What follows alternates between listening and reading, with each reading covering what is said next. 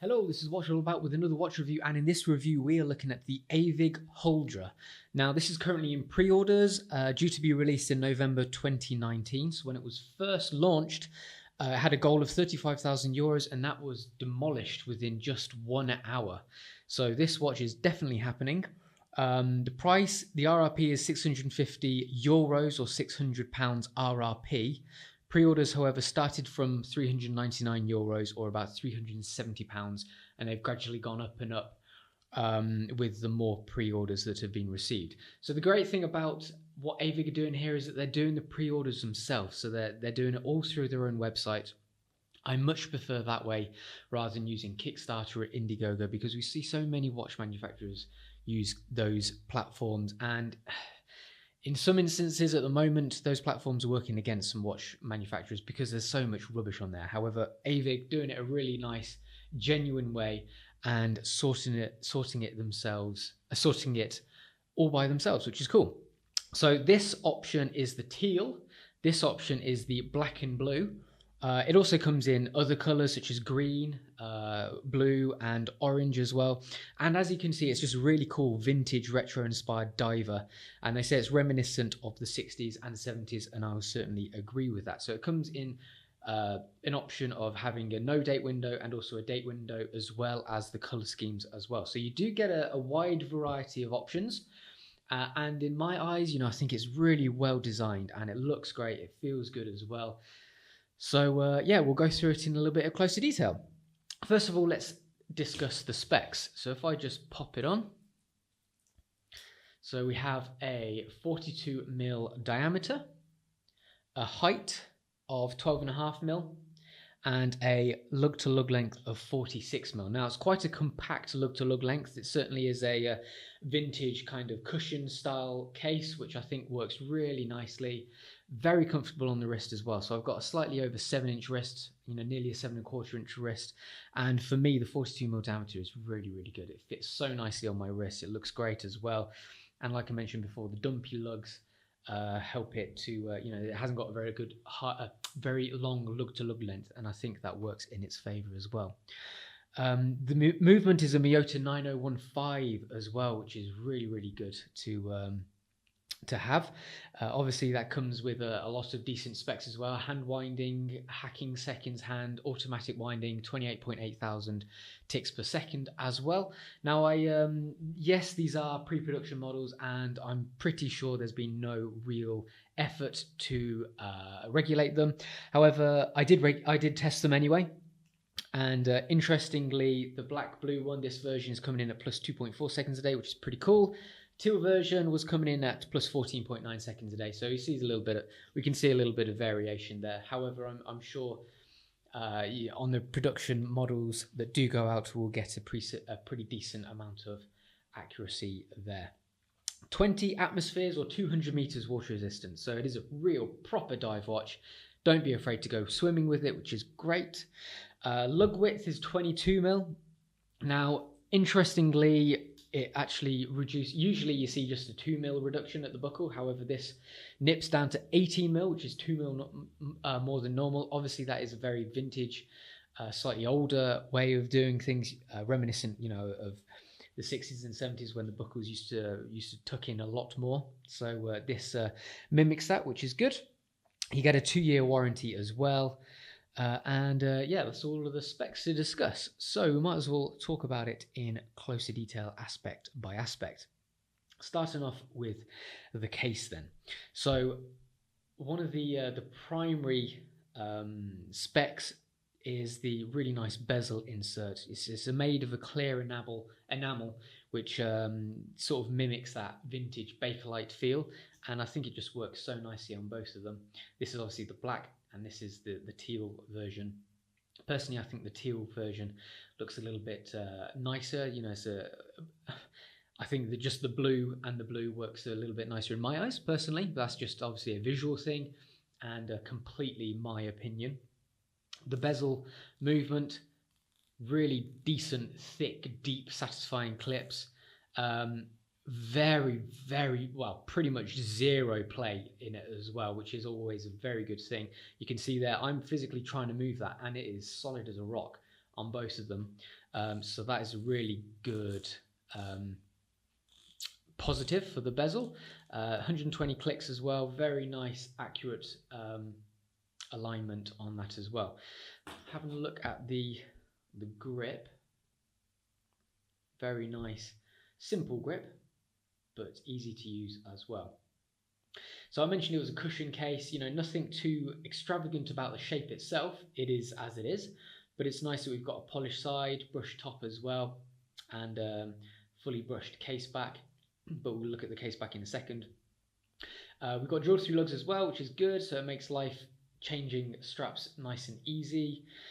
And then we have the Aevig logo embossed on the end of the crown as well. So decent grip on that, fairly easy to use, nothing too crazy about it. However, it's nice to see the detail gone on with the logo engraved. You can see there, really nice accuracy on that. And then flipping it over, having a look at the case back. Again, I really love the Aevig logo. They've done such a cool job on that. And we have some of the specifics around the outside as well. Sort of a semi-deep engraving. So yeah, perfectly acceptable for the price. Moving on to the dial then. One of the primary things that I really like about it is the distinctive hexagon shaped hour markers. It matches the logo really nicely. As you can see, the hour marker is 12. At 12 includes the logo, which is really cheeky, really nice. I like that design touch. And the hour markers at 3, 6, and 9 are all triangles as well. So the date, if you go for the date option, the date is located at 6, and it sort of chops off the triangle, becomes a bit more of just a baton with a very slight tuck in, so more of a trapezoid. But the hour markers, I think, you know, you don't see shapes like this too often, and it just works so nicely, especially in this this theme of watch as well. So really great design on that. The loom as well is flipping phenomenal. Now there is 2 different types of loom on these two. So this is the standard loom. This is standard C3 loom, and it's the kind of loom where you just glance at it and it's bright. If I just give it a quick cheeky blast of, so you can see there, like immediately, incredible strength. Now, interestingly, with the teal loom, this actually has it's tinted old radium style, so it is a little bit weaker on the pre-production models. However, when it goes to production, it will be upgraded to X1. But still, it's still very strong. Just when you compare the two, this standard loom strength is flipping amazing. It's like really, really strong. So I'll just show a loom shot in the dark right now.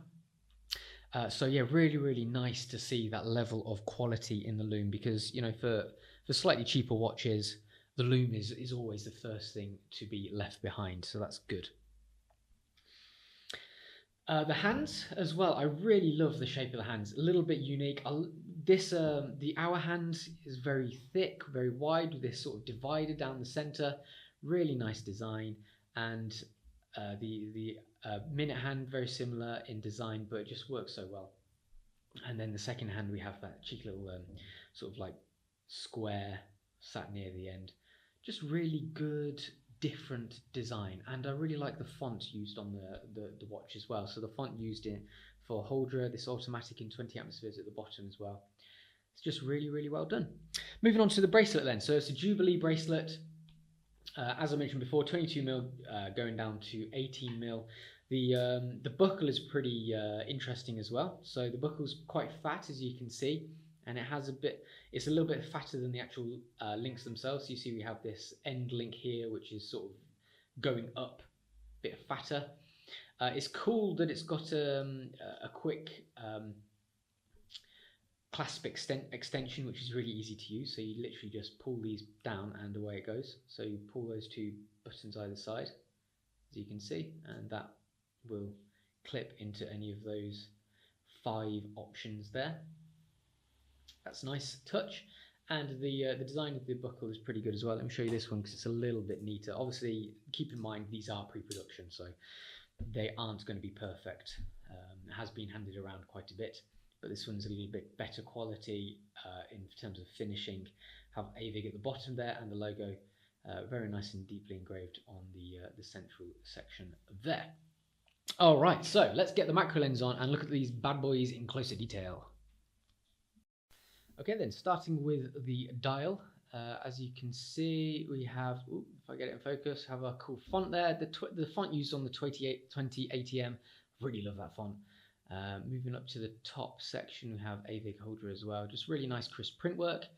Moving on, this is the teal version, by the way. So this is the old radium tinted loom.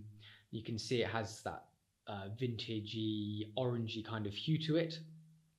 But all of our hour markers, very nicely made. I love the Aevig logo on that hour marker at 12. So many cool design tweaks on this watch. Here's our funky hour hand as well. Very bold, easy to read as well. Then obviously our second hand ticking away. Pitched minute hand and hour hand as well, so they reflect the light nicely. And if I just bring the blue-black version in, we can have a look at the... Oh, we've got a nice shot of the loom there. It's just glowing away just because it's strong. So there's the date window as well. I much prefer date windows at 6. I think it just works a little bit better. It keeps the symmetry of the dial nicely. So moving on to the, if I just adjust this bezel, we'll have a look at the bezel insert on this black one whilst we're here. So as I mentioned before, it's clear enamel, this bezel insert. I can get that in focus. Print works nice.